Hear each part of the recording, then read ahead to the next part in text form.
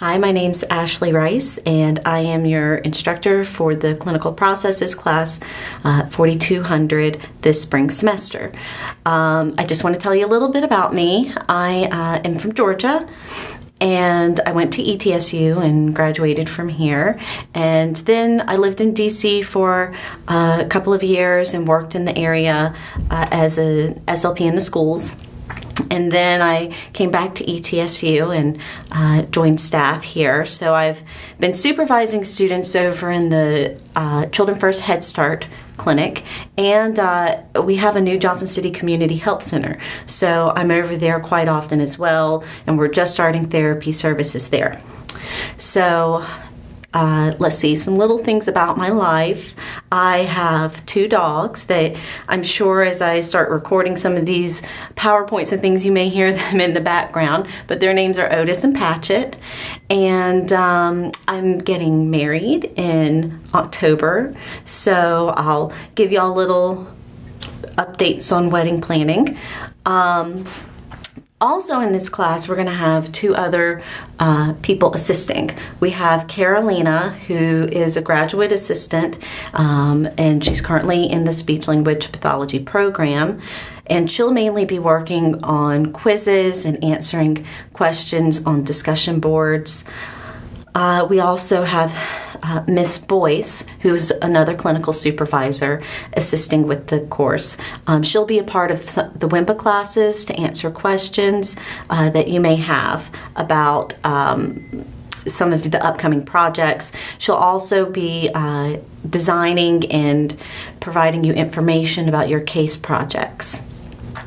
The book that we're using is the Paul and Casella book, Introduction to Clinical Methods to Communication Disorders. It's the 2nd edition, and you're not going to be required to come to campus for things, but at times you may need to access certain materials needed for case projects or for observations, and it's up to you to find those materials in your community, or even coming to the school and arranging that. So my teaching philosophy is to support student learning so that students can become well-rounded and independent learners and clinicians. My goal is to help kind of guide you and direct you into being a competent clinician, and not only having the background information, but being able to take all those bits and pieces that you've learned from your experiences, from life experiences, from what drove you to be here and choose this as a major, and help you become that clinician that can function on your own and provide therapy and make clinical decisions. So in the course, we're going to have some discussion boards. We're going to have a WIMBA class. So there's going to be a lot of open dialogue about different topics between peers and instructors. And I just ask that you be respectful of each other's ideas and thoughts, and provide constructive criticism to one another. We're going to be using D2L for our course. So if you need any further training in how to use D2L, you need to contact Assistive Technology Services. I'm not an IT person. I don't know how to fix computer problems. So if you have issues about the technology that we're using in the class, then you'll need to contact Assistive Technology or Office of Information Technology to have them help you, because I'm very limited in what I can fix, and that's why there are people like ATS and OIT there to help with those types of problems. Let's see, we have, again, the WIMBA classes and discussion boards. And I think a big reason I wanted to include WIMBA classes in this semester, in this course, is because it gives us that open dialogue, that live conversation to answer questions you may have. And it helps us connect a little better on what your needs are, and expressing those to me, and then for me to see as a whole, as a group, how y'all are are learning and gathering the information, and I can help guide the different topics.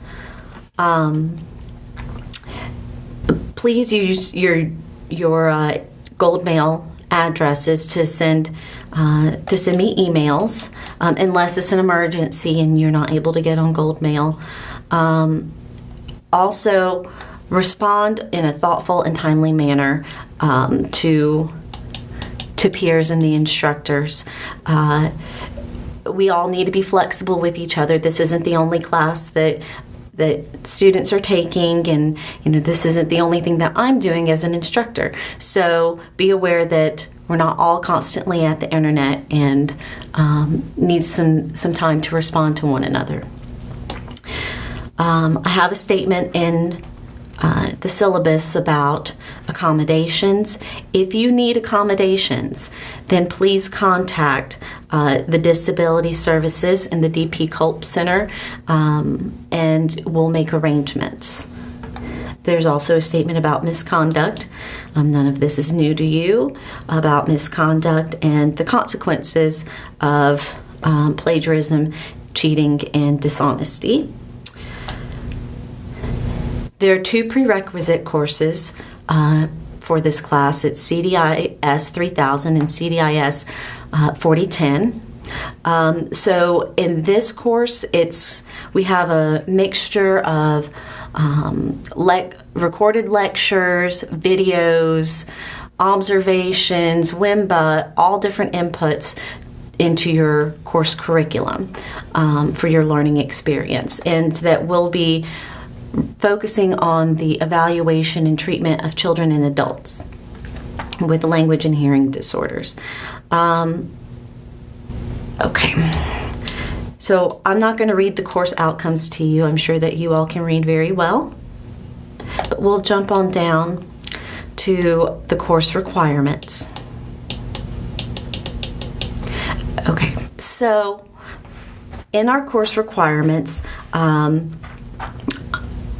it's important that you have a productive learning experience and participate in the different modalities that I'm using to teach. And I may have some additional readings that will come as the course continues. And these could be,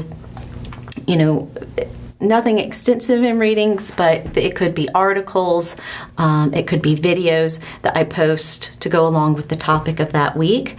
But I'll notify you when those additional resources are being added to D2L, so you'll know it's there. Assignments are expected to be submitted on time. There's going to be a set time on your D2L course or your D2L assignments of when you can submit something and when the submission time ends. So each of the different course requirements has different deadline times. So you'll need to note that on your syllabus.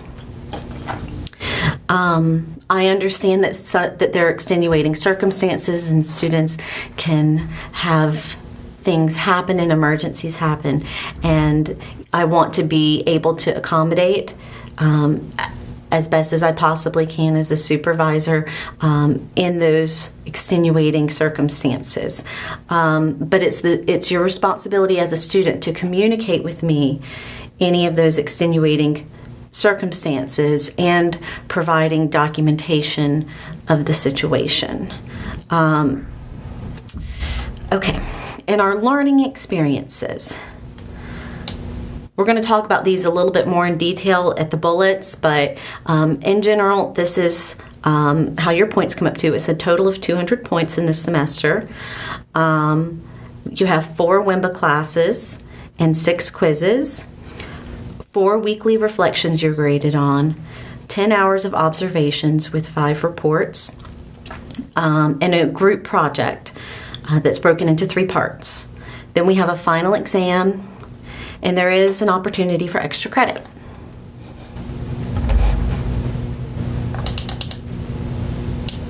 So in the WIMBA class, you have an opportunity to interact with your peers and with the instructors in a live session. I don't know how many of y'all have done a WIMBA class, but I have done some live classes before, and I found them to be very helpful so everybody's on the same page, because sometimes people tend to have the same questions, and it gives a good opportunity for everybody to ask those questions. So there are going to be 4 of these classes, which are listed below, and they're going to be Mondays. Those are all those dates are Mondays, and at 7 p.m. So expect to be on WIMBA for about an hour, and you will be graded on participation in the class. And due to WIMBA being a live session, what we discussed during the WIMBA class can't be made up. So if you can't make it to the WIMBA class because you had a concert that you were going to and already bought tickets, I'm not going to be able to make that up, because how you're graded is by being live in the class. But we will have the sessions recorded, so you can go back and listen to information, or re-listen to questions that may have been answered about upcoming projects or quizzes, things like that. So go ahead and mark those dates down in your calendars. We also have quizzes. There's 6 quizzes, and each is worth 4 points. And the quizzes will be available for 24 hours, and they must be completed by 5 p.m. So all of the quizzes are at the end of the week after we've gone over content, and so it'll give you time to ask any questions you may have throughout the week on that topic. Okay. Another part of your learning experience is I wanted to focus the course more on seeing what you're gaining from the knowledge, the discussions, and how you're putting it all together. And we're doing that through weekly reflections. So every other week, students are going to have weekly reflections where you're going to write on a topic that's provided by me. And you'll have a certain amount of, and we'll get into that later, but a certain amount of words to write. And that you'll write a total of 7 reports throughout the semester. And so when you submit those 7, I'll grade 4 of the 7. I'm randomly choosing which ones I'll grade. So it's important that the reflections are submitted on time each week, just in case I randomly choose your reflection to read that week. And reflections are due Thursdays by 5 p.m. So the first reflection grade, the first time you have a reflection grade, or that I grade one, I'll post the grade for that. And it'll get, so you can see your areas of strengths and needs, so you'll know where to improve. And then with your 3 remaining reflections, I'll post those grades at the end of the semester. So you'll have one of your reflections to go over and make sure that you understand what's expected in a reflection. All right, so another big part of the course are the observations. For graduate school, you're required to complete 20 hours of observation. You can do that in undergraduate through graduate school.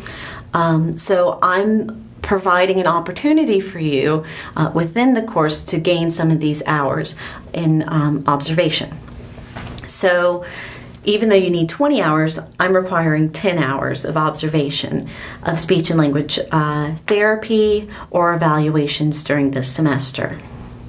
The observation report and observation hours sheet signed by a supervising SLP will need to be turned in for each of the observations. So if you go to an observation and you're there for an hour, you'll write a report.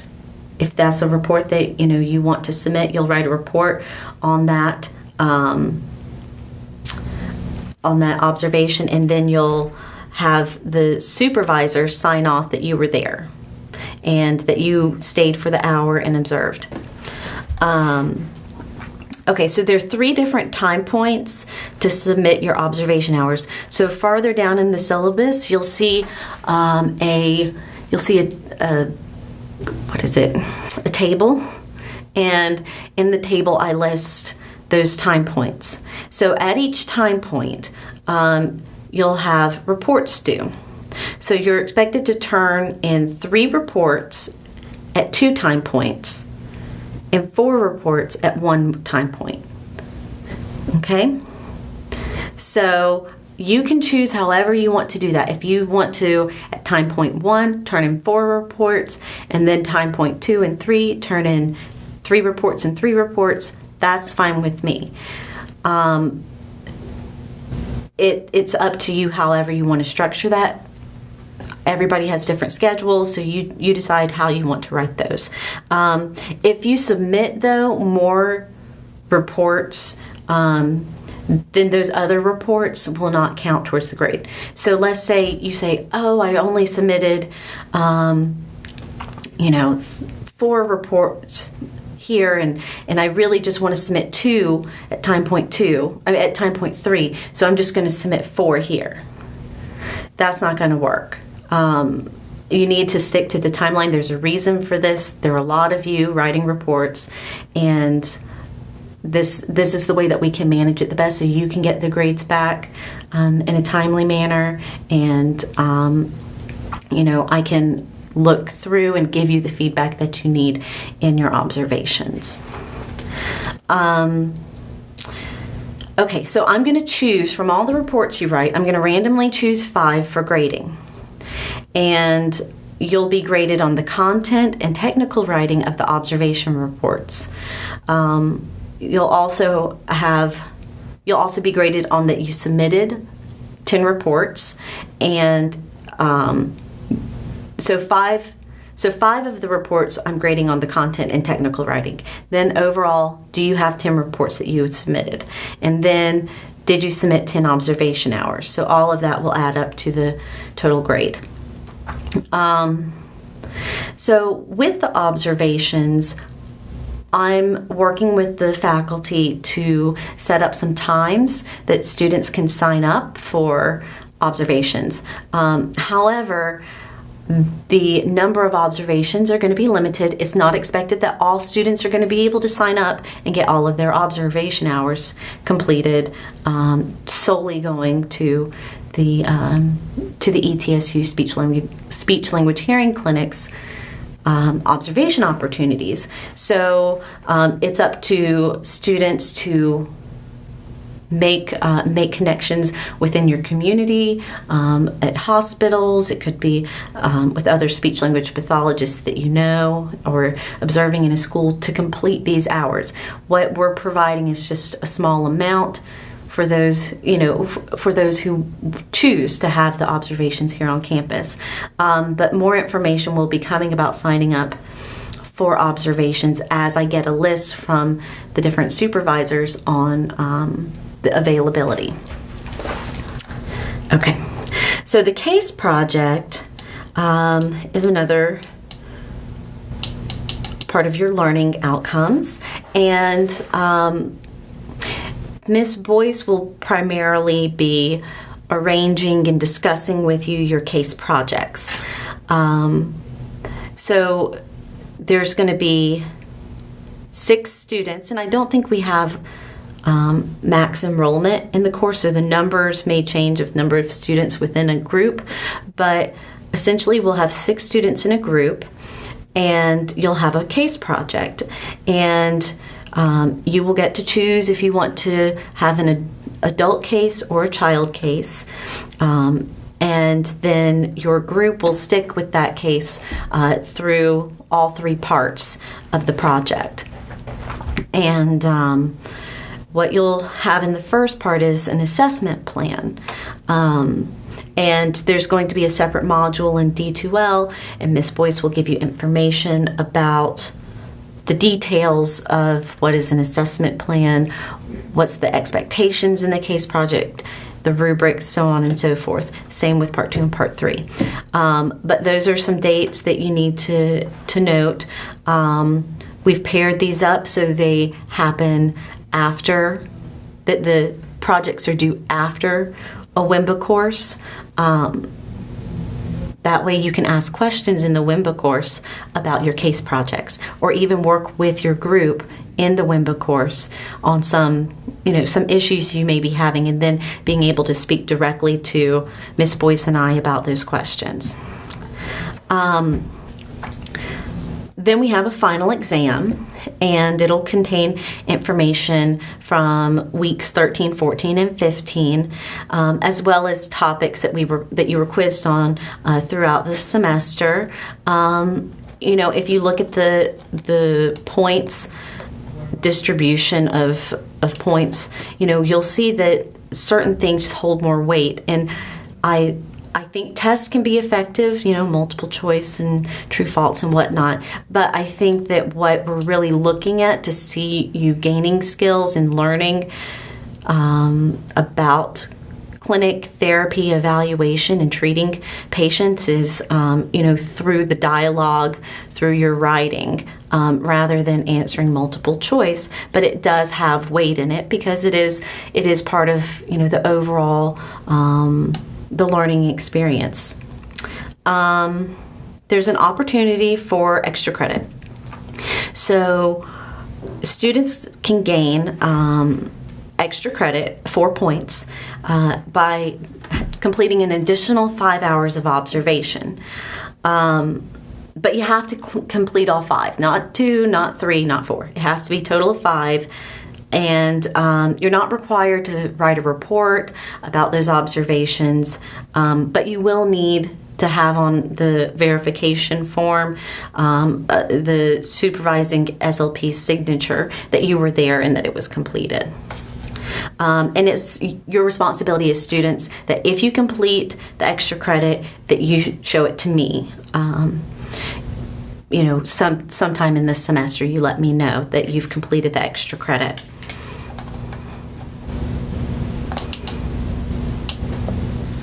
Okay. And then if you look down onto the 5th page, this is where we have the table. And I have in the table each week broken down with details of what we're going to go through, what the topics will be.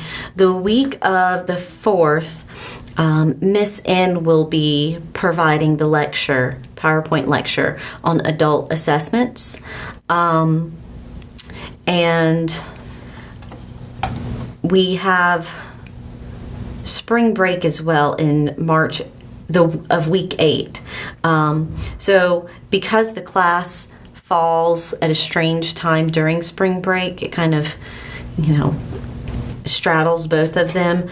You'll have a little bit in the beginning of a week of that week of spring break, and then maybe a little at the end. So just keep a close eye on that time.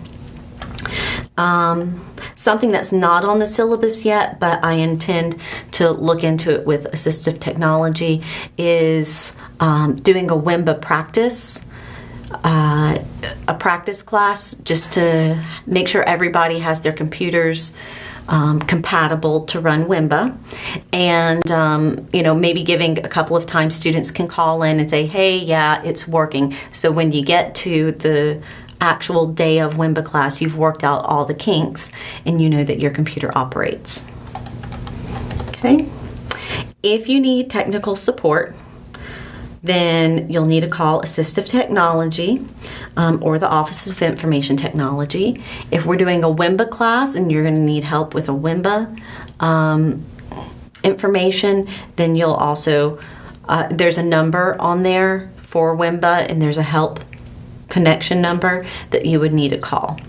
So just kind of keep that in mind, because it's not something that Assistive Technology could help since it's contracted out. You'll have to call that number. But I'll send you more information on the WIMBA. And I look forward to getting to know y'all this semester and seeing how you grow and learn. And if you have any questions about the syllabus, please use the discussion board questions to start generating questions, and help each other out by asking by answering each other's questions.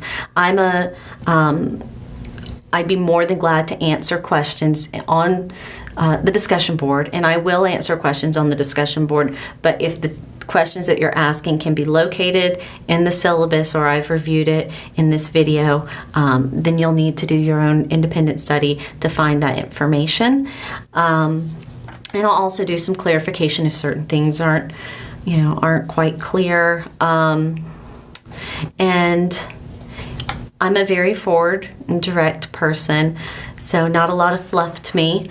But I'm here if you have content questions, and that's why we're going to use things like discussion boards. If you have that question, I'm sure that somebody else in the class also has a similar question. So please share with each other your thoughts and ideas and questions about coursework on D2L discussion boards, and then we'll use times like our WIMBA times and the discussion boards to get more in depth with student concerns.